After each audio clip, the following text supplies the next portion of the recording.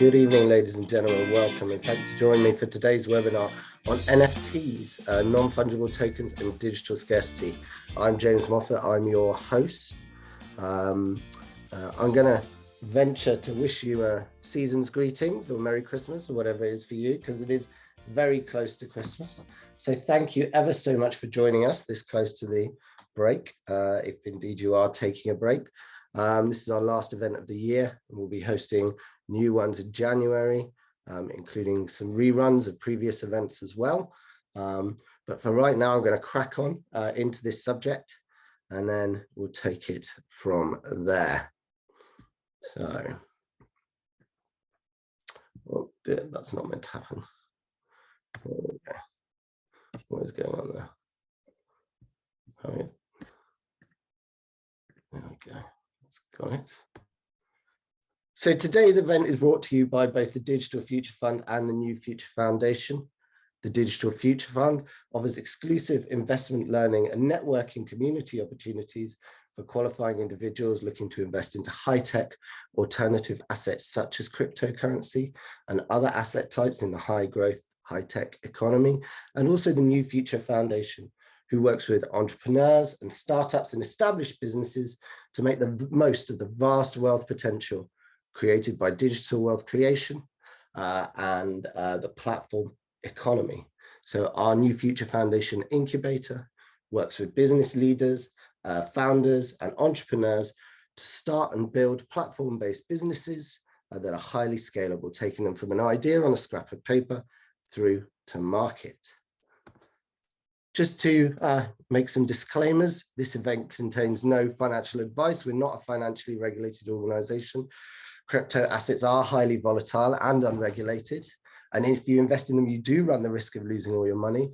Today's event is just information, it's learning and education, and an opportunity to find out a little bit more about these assets. So we're looking today at the wonderful world of NFTs. Specifically, we're going to look at what they are and how they're used. We're even going to try, seeing as it's close to Christmas, to mint a token live on here, which is asking for trouble doing anything live, but we're going to try nonetheless. And I'm going to kind of dive straight into talking about what they are. NFTs are a type of crypto token. They derive their features and their usefulness from being built on a blockchain or a cryptocurrency. So if you really want to understand what a blockchain is and how it works, then you should please watch an introduction to cryptocurrencies, which is one of our other webinars. There'll be a link in the channel which links to that. I am going to briefly touch on the features that imbue them with their unique qualities, specifically and first and foremost, the trait of anonymity, protection, and identity. So NFTs are protectable through cryptography and are linkable to an owner. That makes them hard to forge, duplicate, hack, fake, or change the ownership other than through official channels. And it helps you link an asset to an owner without compromising necessarily that owner's privacy. The second technology or element of a crypto or a blockchain that lends its features to NFTs are that they're disintermediated. So in theory, they're not controlled by one single central power, and they can be traded peer-to-peer across a peer-to-peer network. So that means you can share and trade, buy and sell them freely and safely without fear of a single controlling organization or a point of failure that can collapse or be influenced. And we'll talk about actually why that isn't always the case for NFTs at some point during the next hour. And then the third element of a blockchain or crypto-enabled technology that is critical to imbuing NFTs with their features is that it is a trustless technology. So in a world of digital assets, where things are on the internet, where we're dealing with faceless global technologies or even automated organizations, and we don't have anybody to speak to. We have terms and conditions documents that are huge and long and very difficult to understand, or even more than that, we don't know which country or legal jurisdiction that organization is operating in. How do we know and ensure the correctness and integrity and legitimacy of a transaction or the ownership of an asset independently from an authority that is not clear or not defined? And it is the distributed ledger and the trustless technology and the consensus protocols, such as mining or proof and stake, that give us that feature and that functionality. So these are the key 3 features that go into making cryptos a useful technology that solve fundamental problems for people trying to collaborate together, working at scale in the digital world. And if these are imbued in cryptocurrencies for uses such as money and other kinds of digital assets, then NFTs are a type of crypto-based technology that solves a specific problem beyond those that traditional cryptocurrencies solved. And the key difference to understand here is the difference between fungible and non-fungible tokens. So fungible tokens are like money. They can be traded or exchanged for one another. They're divisible. They're non-unique.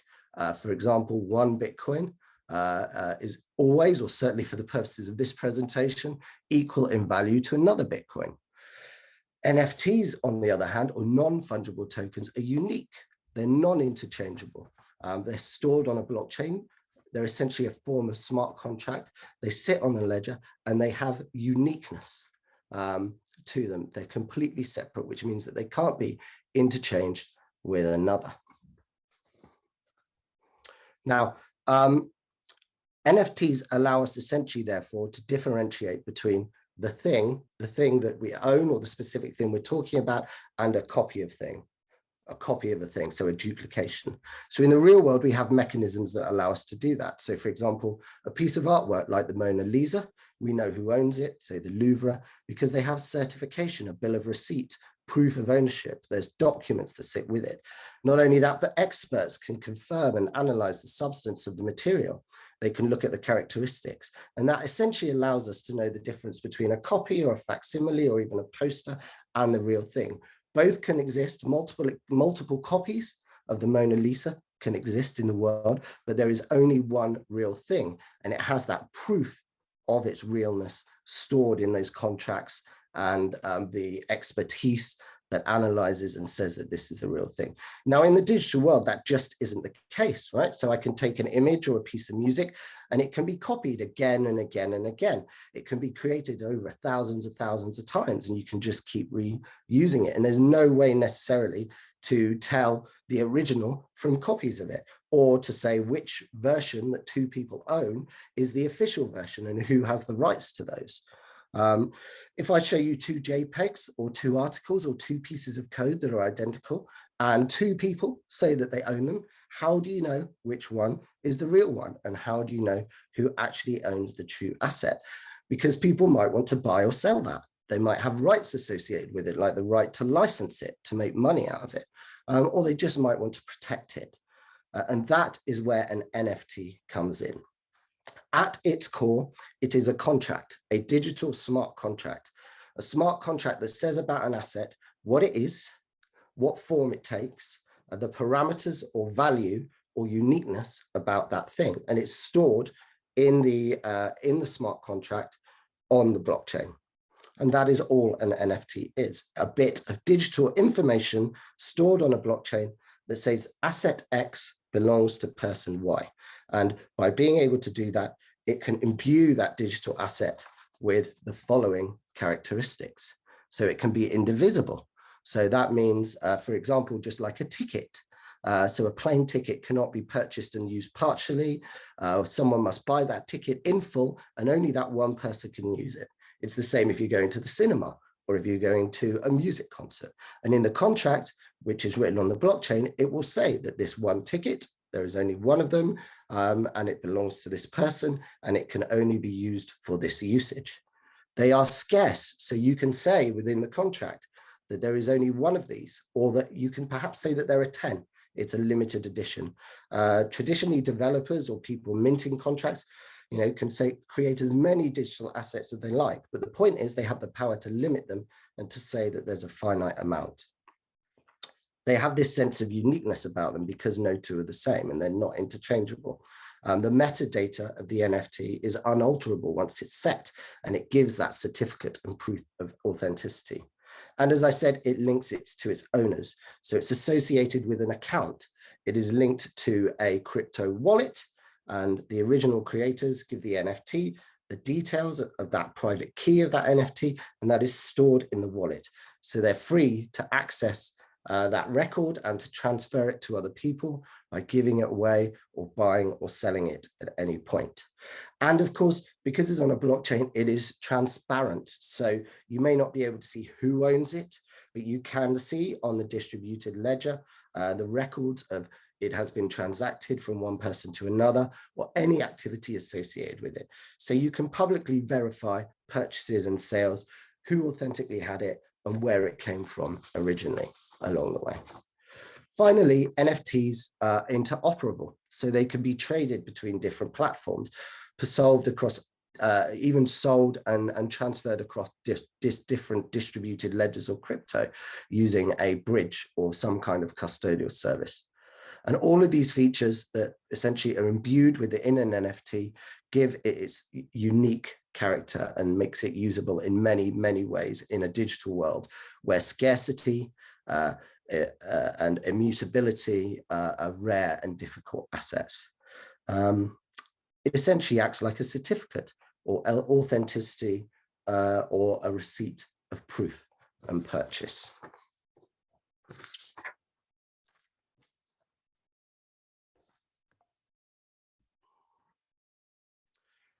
So the first NFT was launched in 2014. It was known as Quantum, and you're looking at it right here on the screen. It was created by a guy called Kevin McCoy, and he did it in a talk, and it had a video clip in it, and he registered it online and sold it for $4. And you can actually watch the video of that being done right now. And if you look on the screen, you can see the various elements of it there. You've got the actual block in the top left-hand corner where you can see and the address of the NFT, and underneath you can see the metadata. So you can see written there, it says, I assert title to the file at the URL, and then it's got the URL there. And also it was announced on Twitter here, and it's got a bit of information about that and who controls the blockchain entry. And then you can see I've actually taken a screenshot. Now, if you go to the URL, you can see that this is an animated GIF that was created. And yeah, it was the first ever NFT created. Most NFTs commonly these days are built on Ethereum, which is a crypto network, Flow, Tezos, or Solana. But in theory, many crypto frameworks, many thousands of them, allow you to build different kinds of NFTs. What we have now is the evolution of standards or smart contract templates. On Ethereum, there are two smart contract standards or contract types that are used specifically for NFTs. The first is ERC721, and the second is ERC1155. And it basically provides you with a defaulted contract structure for your NFT. There are essentially two types of NFT in practice. There are those where the asset is stored in the blockchain. So the information is in the metadata and actually stored in there. These are probably the most secure type of NFTs because all the information and value associated with them are inside the blockchain and stored there. And then the others are called off-chain assets, where it links to a digital thing or asset which is stored elsewhere on the internet or is an asset in the real world. And this example here has a link off to the GIF, which is a different asset. These are slightly harder to maintain than because obviously the link, the internet link where the asset is stored can be broken, it can be damaged, it can go down, and then you can't get access to your asset. And potentially then you lose the value associated with the NFT. So NFT is a big business. There are lots of different ways of estimating the market capitalization of NFTs. And I was having a look at some of the different valuations today. One valuation is around 5 billion. That looks at the main collectible NFTs, the most used and the most traded and the highest value ones. So it's really looking at the most high quality elite elements of NFTs. Dat Radar, which tracks sales in NFTs, estimates the market value to be around 23 billion US dollars. And then the third way of looking at the value of the NFT market is CoinMarketCap, a website which looks at the market capitalization of all the different crypto platforms. It has a subsection for NFT platforms, and that values at $56 billion When I looked at lunchtime today, it's about $57 billion, about 10 minutes when I checked before coming on. So it's a big market, a very big space, and it's grown massively in the last year. Indeed, 2021 has been the year of the NFT. Growth has been incredible, with lots of the highest ever selling NFTs, and we'll look at some of those at various stages. To give you an example, the Doge meme from Dogecoin, the dog, sold for $4.4 million US as a NFT this year. So there's lots of different kinds of NFTs out there. So what we need to think about is the different ways that they can be used now and in the future. And there are a wide range of usable cases or use cases. For example, we've talked about collectibles. Often these collectibles are for fans of particular elements. My daughters, for example, love crypto kitties and love to collect those. But they can also be shows of digital wealth. So, for example, we'll look at the Bored Ape Club in a minute, and those sell for $300,000 each. And as well as being, membership of a club, it's a way of showing off to people that you have had success in a digital space, just like buying a yacht and being a member of a yacht club in the real world. They can be linked to digital art to create scarcity around that art. They can track historical rare digital objects used in ticketing. They can be used in gaming for digital assets in gaming. And indeed, they form one of the fundamental parts of the Metaverse, or the virtual digital universe that Mark Zuckerberg and Facebook have famously renamed their company after, with the name Meta.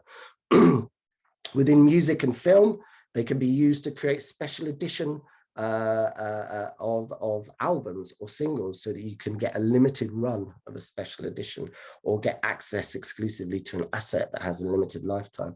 And they can be associated with physical objects such as trainers as well. So you have a limited run of trainers which are represented in an NFT as well. And you name it, memes, sport, whatever, even pornography, you can get NFTs for pornography in it as well. So they are everywhere. And we're going to have a look at some of the use cases in a bit.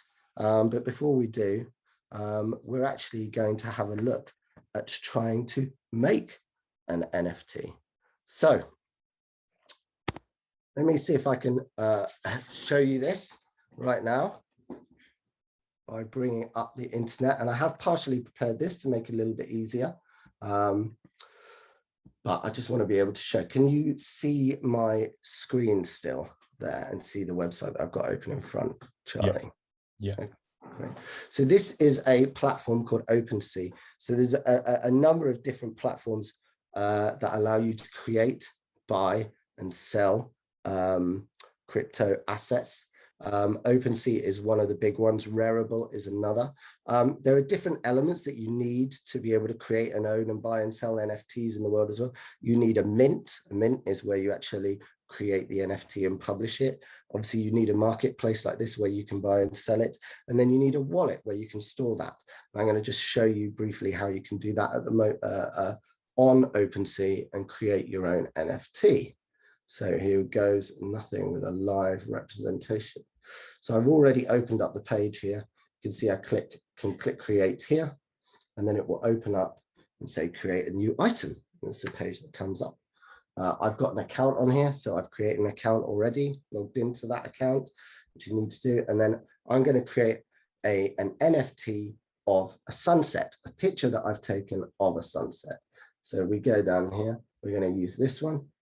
I'm going to click open, and we're going to add the picture onto here. And you can see very nice sunset at the Devon countryside. And I'm going to add a name to it. I'm going to call it Devon Sunset. I'm going to call it Sunset 8 because I've done 7 of them before. So I've given it a name. I've put the asset there. Now, if I wanted to, I could link off to somewhere else, to a website page or something else. Which would allow me to link to a different asset that isn't actually stored in the NFT, it's stored elsewhere. And then I can provide a description. So in this case, I'm going to say this is sunset, Devon sunset photo by James Moffat. There we go. I'm just going to say it's Devon sunset photo. that's owned by James Moffat. And I can, if I want, add it to a collection on here. So you can create collections of assets and put the information in there. And then I can add traits. So I can add traits that show up to it. So I could say, is it, in this case, is it a character? If I was creating a character like a like the Bored Ape Club characters, I could say, is it male or female? Is it tall? Is it short? Is it big? Is it small? I can add scores or levels to it. So the other bits of information. So speed here, for example, if it was a character in a game, I could add that. I can make it lockable or unlockable. So I can say, is there content involved in that only the owner can access, or that they have to do something to get access to? And of course, I can see if it is explicit or adult content, I can mark that as well, because you just don't want anyone being able to get access to it. I can then determine the supply or number that I want of this asset. I'm only going to have one at this stage. I'm only going to create one, and I'm going to decide which blockchain I want the NFT to be created on. Now, in this case, I can choose between Ethereum and Polygon, and I'm going to choose Polygon because there are no gas fees on Polygon. So it's free to sell it or buy it, or I don't have to pay any money in order to do this demonstration, but I could add it to the Ethereum blockchain if I wanted. And it is that simple. That's it. I can create my item, boom, and where you go. And it is in the process of creating that NFT as we speak. There we go.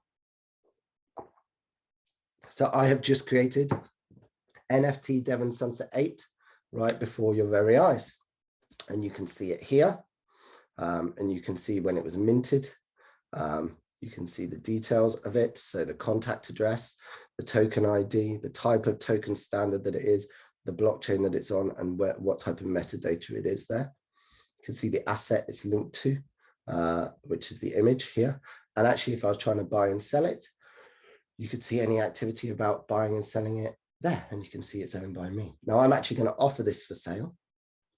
So I'm going to add it on the platform to sale. I'm going to charge a mere 1 ETH for it for just $4,000. No problem. I'm going to give you 6 months to think about it. If you want to buy it, I can reserve it for a specific buyer, so I can make it accessible just by one person, in which case it would ask me for their address, for their wallet, so that I can link it and send it to their wallet. In this case, I'm not going to do that. And then you can see I pay a fee if the purchase is made. I simply complete that listing. And then I have to send the information to my wallet in order to continue and connect my wallet. Now, for the purposes of this, I've set up a dummy wallet. So you can see it says demo account with no ETH in it. And I sign for that. Verifies that I'm signing for it. And there you go. I've listed it. It's linked to my wallet. It is now available to sell on the internet for 1 ETH or $4,000. And we've created an NFT right before your very eyes. It is that simple. Yeah, that's that. Any questions about that before we move on that are in the stream, Charlie, that anyone might want to ask at this question? Otherwise, we'll... Anything? None in at the moment. I'm keeping an eye on it. If any come in, I'll let you know. No worries.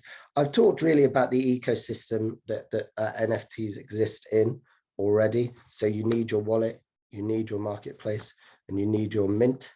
I think what we're going to do is we're going to look at some of the different types and uses and applications of NFTs now.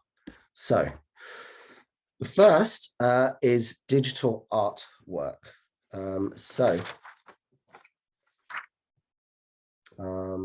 Yeah, what you can see in front of you right there is a piece of art called Every Day's First 5,000 Days by Mark Winkelmann. Now, this is a piece of digital art that was wrapped in an NFT, created in March 20, well, created actually over a number of years, creating one piece of art a day over many, many days and putting it together. It sold in March 2021 for $69 million US. It was the first pure NFT artwork to be sold by Sotheby's, but there are many examples of artwork of these kind of values being sold. That is the most expensive, but tens of millions and millions being sold all the time. There's another piece of political artwork, a piece featuring Edward Snowden, essentially a video. It was an NFT artwork sold for fundraising for political activity going on, and that was sold for 5.23 million US dollars. One of my favorite is a piece of artwork by Damien Hirst called The Currency. And in this piece of artwork, what he's actually done is he's created a set of pieces of artwork and he's linked them all to an NFT. And when you buy the artwork, you get both the NFT and the piece of artwork. And what he's really trying to do is explore the concept of value and where value lies.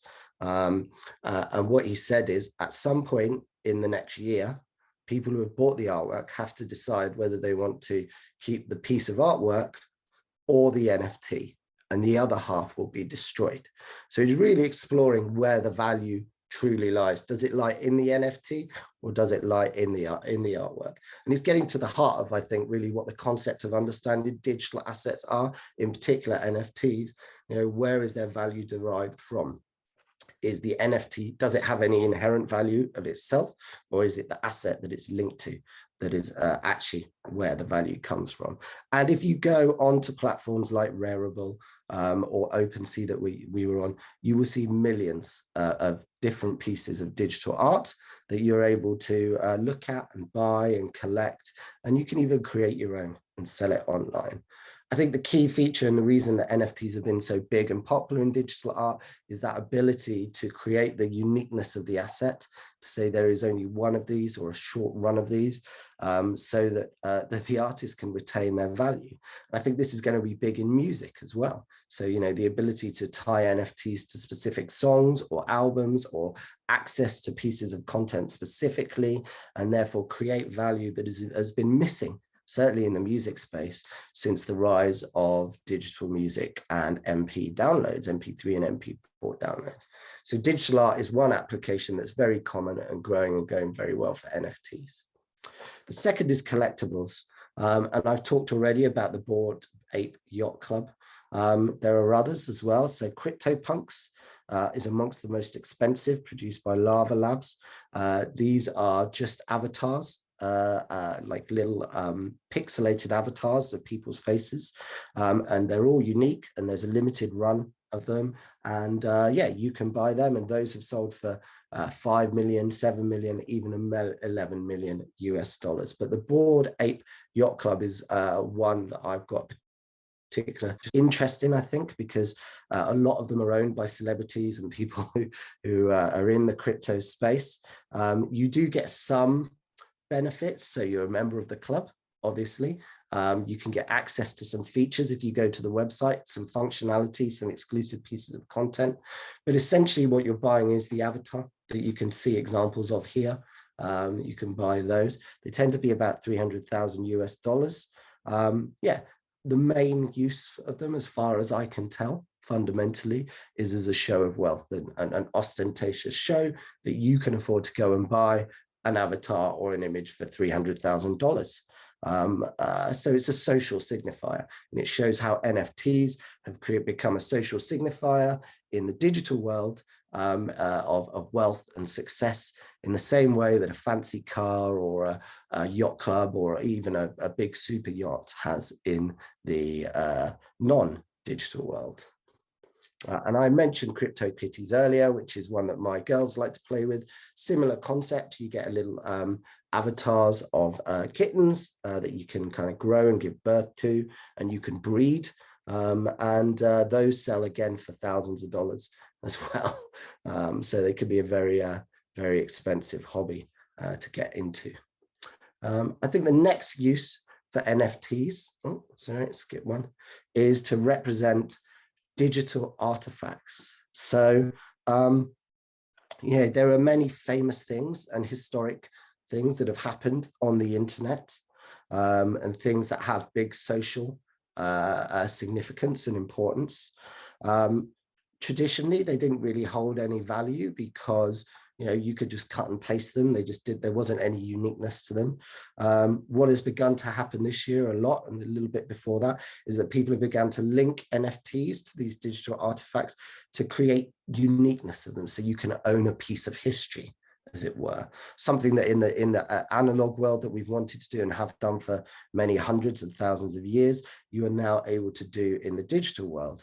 So on March 22nd, 2021, Jack Dorsey, the founder of Twitter, sold an NFT representing his first tweet for $2.5 million US. And what you can see in front of you here is the source code for the World Wide Web, credited to Sir Tim Berners-Lee as the creator. That was auctioned off in June 2021 by Sotheby's in London and was sold for $5.4 million US. And as I say, before you could do that, really, you know, cutting and pasting the code or any element of the assets for the source code of the World Wide Web kind of was pointless. There was no indicate, because you could have as many copies as you wanted. It was open source anyway, and you know, people using various variations of it. So it was kind of pointless. Creating this as a historical artifact is a way of linking it to a unique, specific identifier and making something special of it, somewhat of a digital museum piece, as it were. Another area in which NFTs, I think, have a massive use, and arguably the area that is kind of most exciting, is in gaming.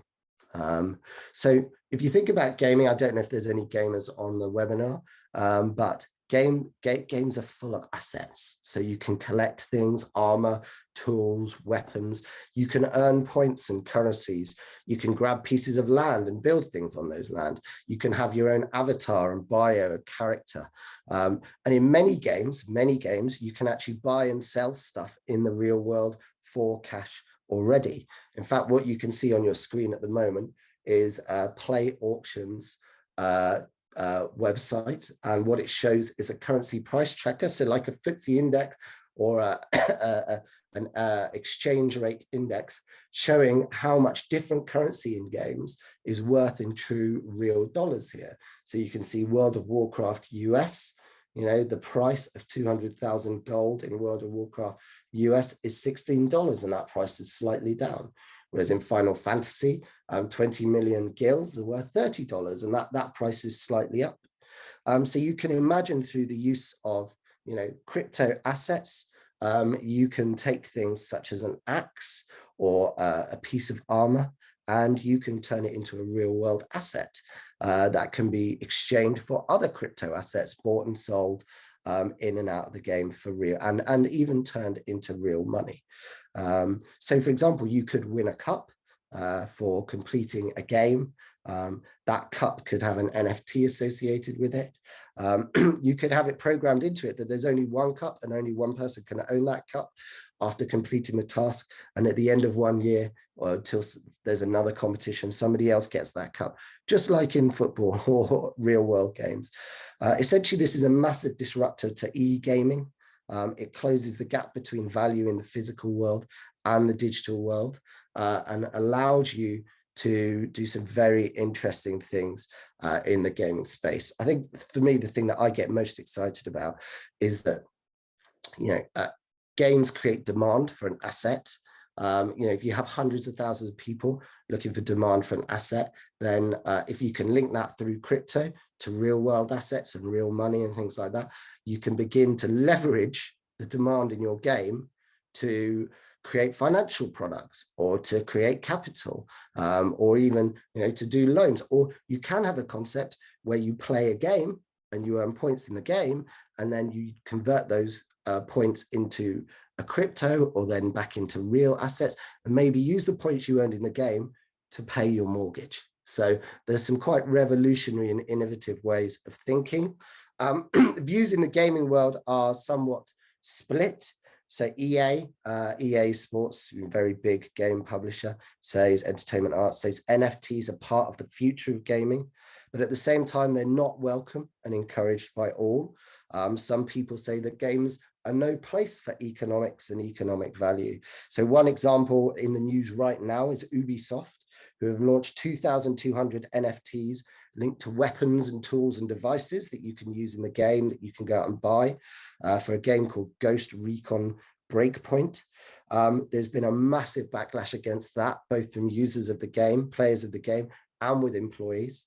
A French trade union that represents people who work for Ubisoft was quoted, they actually announced a press release saying, blockchain is useless and costly, ecologically mortifying, and doesn't bring anything to video games. Crypto is ideologically free market focused. You like dividends, subprimes, financial derivatives, fast trading, money laundering. This is the assured and unspoken promise of NFTs. We are far from the enjoyment of video games. So they're definitely not a fan of the technology of NFTs. The sentiment seems to be that economics and markets have no place in games whatsoever. Are games purely just innocent forms of play, or are they potentially digital extensions of the real world? I would say that you're already trading money in and out. If anyone's got kids who play Roblox, you will know that they will be asking you for money to buy Robux to use in the game. So it's already a real thing. And I think it is likely that gaming is going to be the place that brings NFTs to the fore and sees the most massive growth and adoption of them, primarily because gamers are digital citizens already. Another example here, by the way, there's a couple of other examples of games here, by the way, but these are also representations of the legendary Metaverse.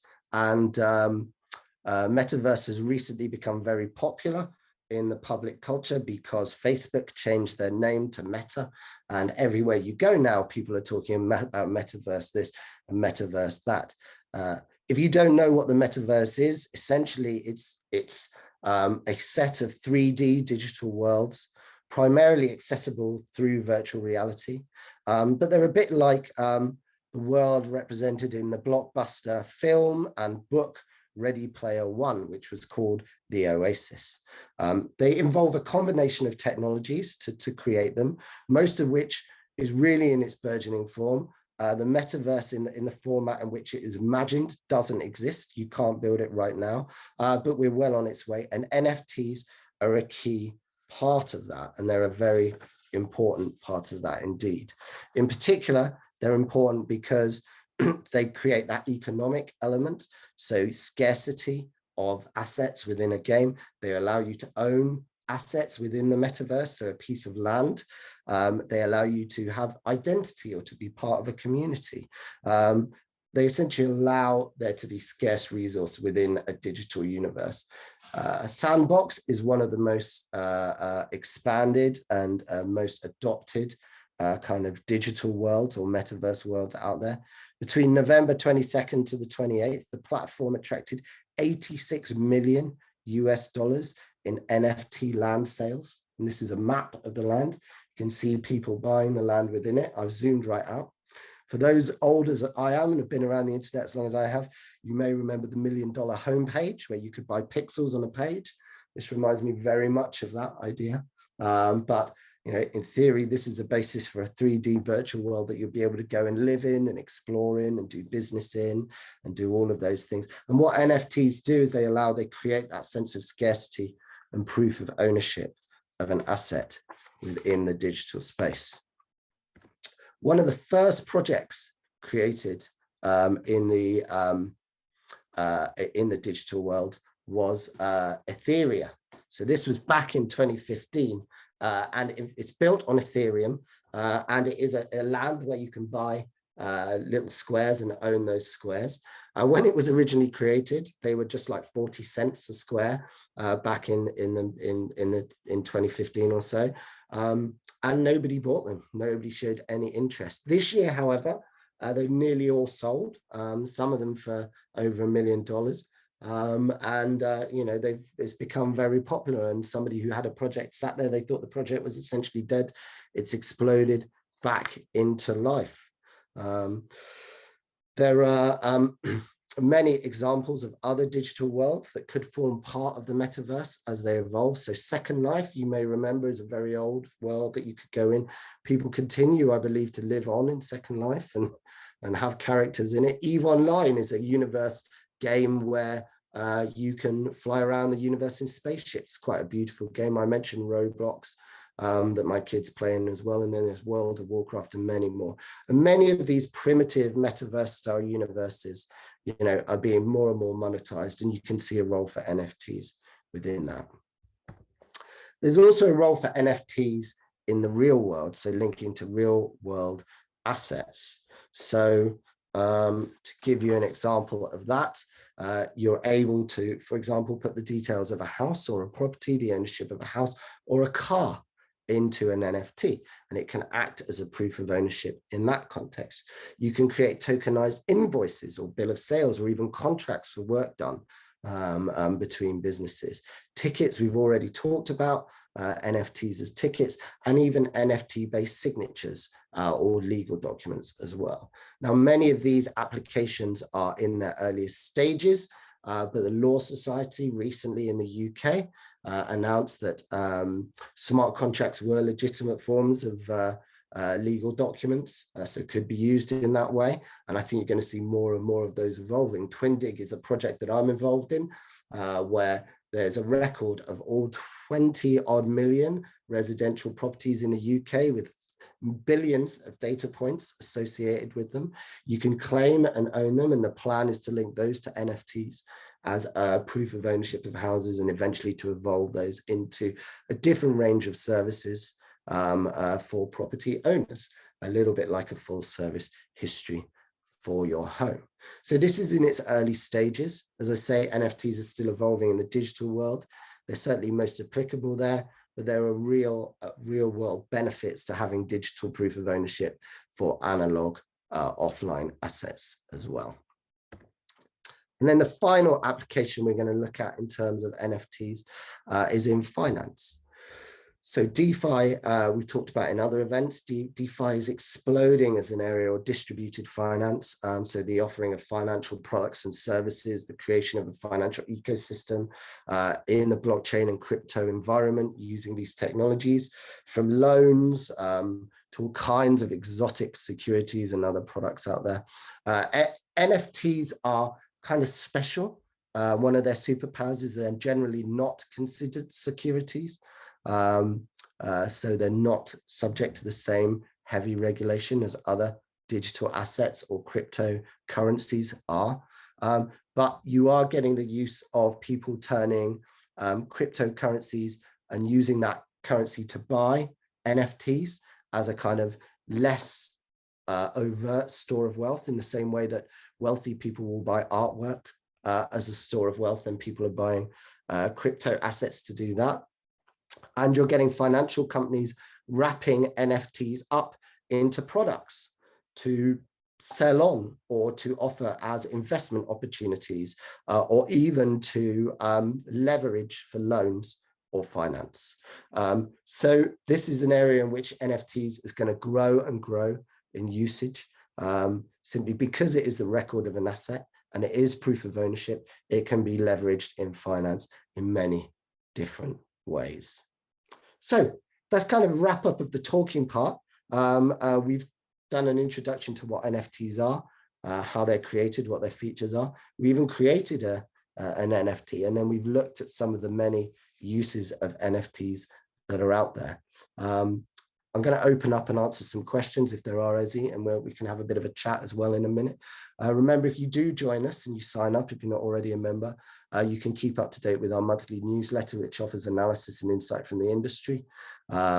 It's got multi-jurisdictional information and information about different industries and impacts of crypto on those industries. It's got real case studies in it, and you'll get invitations to all our up and coming events, many of which we've got lined up in the new year. And there are also opportunities to invest in the crypto space if you wish to do that as well. So thanks for listening. I'd just really like to open it up to everyone. And, if there's any questions or comments or observations, we'll have a bit of a chat. And thanks for sticking around. We've got a couple of questions on the same topic, actually.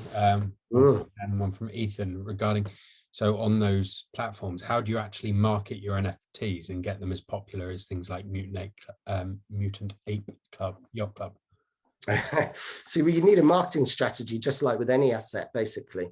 So you can, once they're listed on there, you want to put them out on your social media channels. You want to promote them to people with things. If you want to create a sense of them being exclusively owned by people, you can, what sometimes happens is that people will send them to the wallets of well-known celebrities, like to the founders of Ethereum or something like that, so Vitalik Buterin or whatever. He gets sent stuff all the time because if, just like when if you design a good, PR companies will send your goods out to celebrities in the hope that they'll wear them and get photo shot or papped wearing them. So you just put together a marketing strategy in the same way.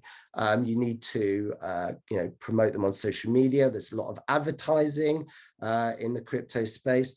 As I say, on Twitter, you can get promoted listings on sites for NFTs as well. Another key area is to get involved in different communities. So there will be, for example, chat communities on various platforms where people are buying and selling and talking about NFTs. But essentially, it's just like creating the hype or marketing or creating around any product or thing that you want to market to anyone in the world. You need to create a sense of demand and interest through a marketing campaign. It's that simple. I'm afraid there's no secret. It's just straightforward. Do some good old-fashioned marketing.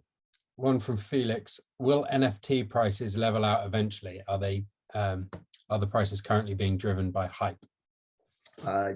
Well, it's just my opinion. As I say, this is not financial advice, but absolutely, yes, I think they are.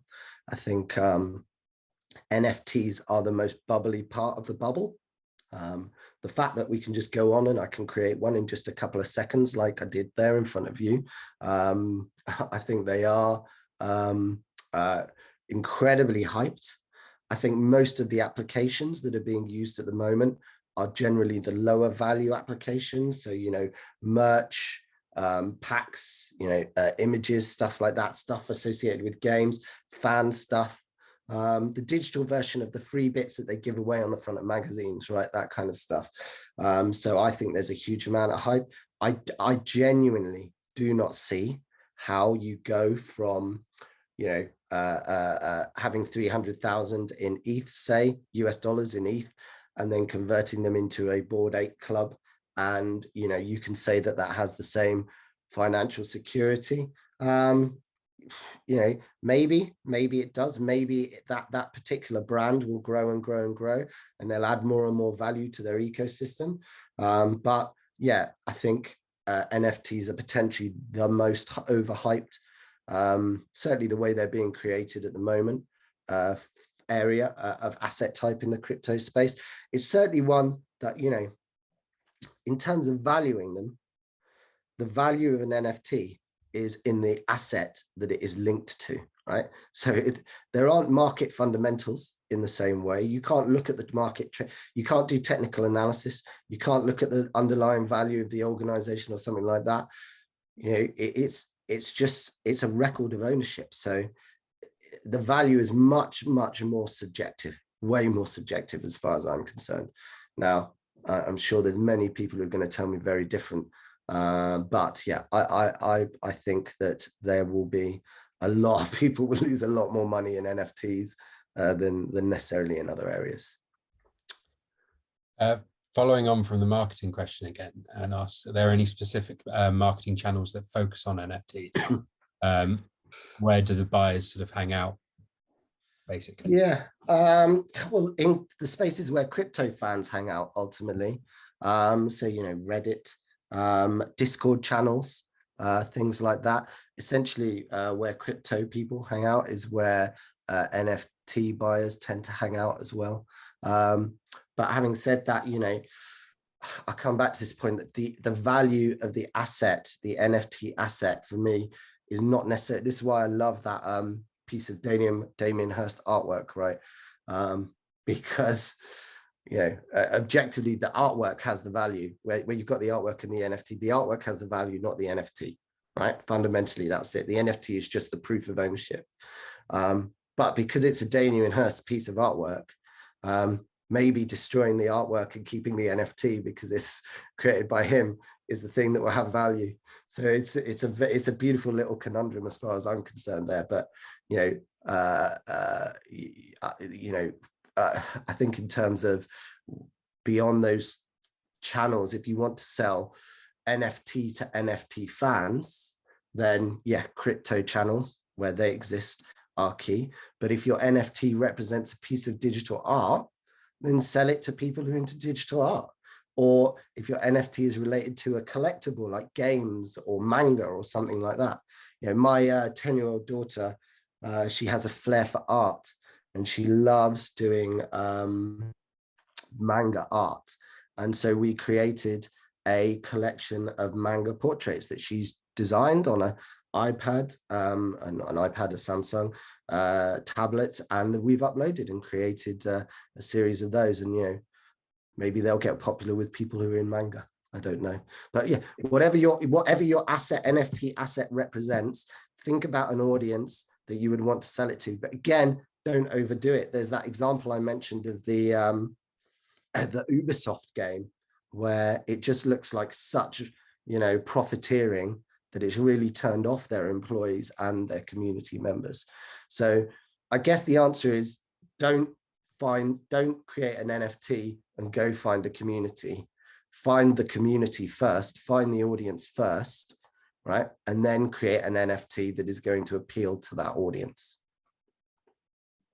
Hope that answers your question.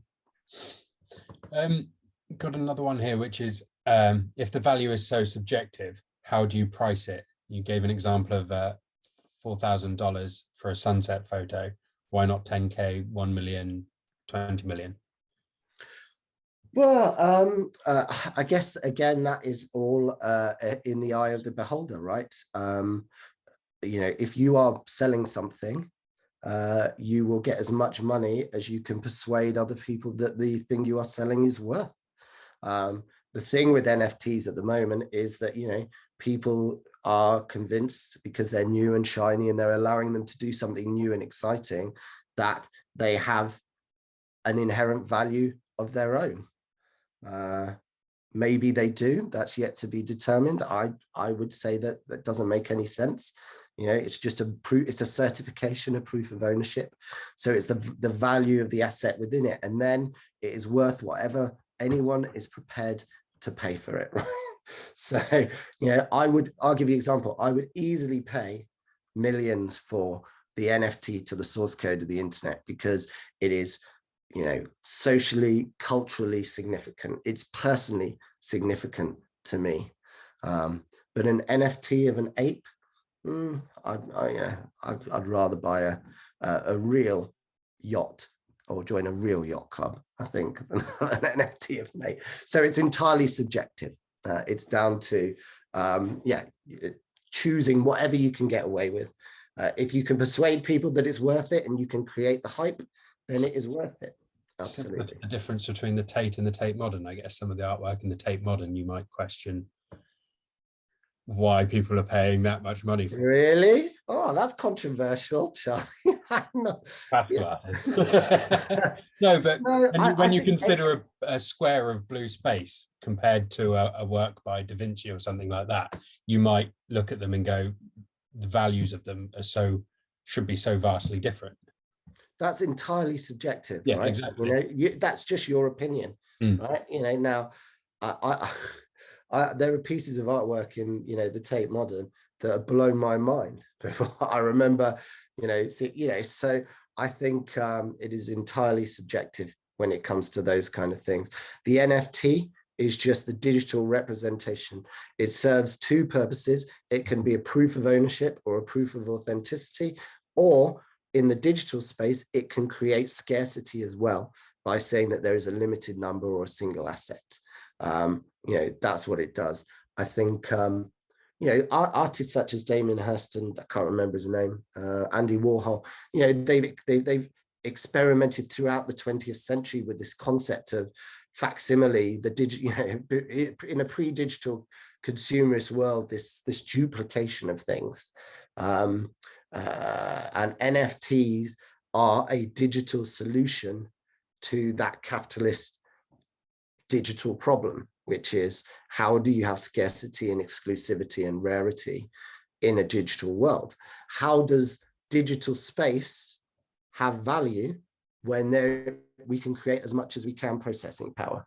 It only has value if you can create a finite limit or scarcity to it and control who has ownership of it in some way. And in an NFT on a blockchain, you can do that, but you're not putting the power in the hands of one individual. The power is retained in the decentralized network and the community of stakeholders who have the interest in that thing. Any other questions? That's it on the list at the moment. Has anyone else got any further questions they'd like to input before we finish up? Doesn't look like any more coming through, so. Well, we're bang on the hour, which is great. Thank you, those of you who joined us. Hopefully you found it interesting.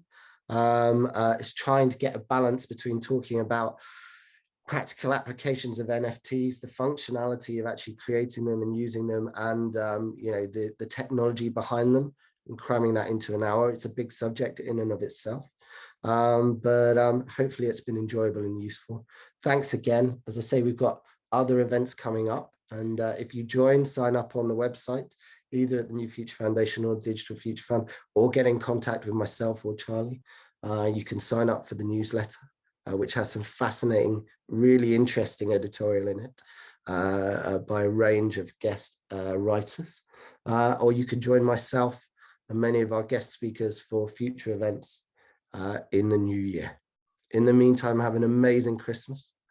Have a happy new year and take care. Thanks, guys.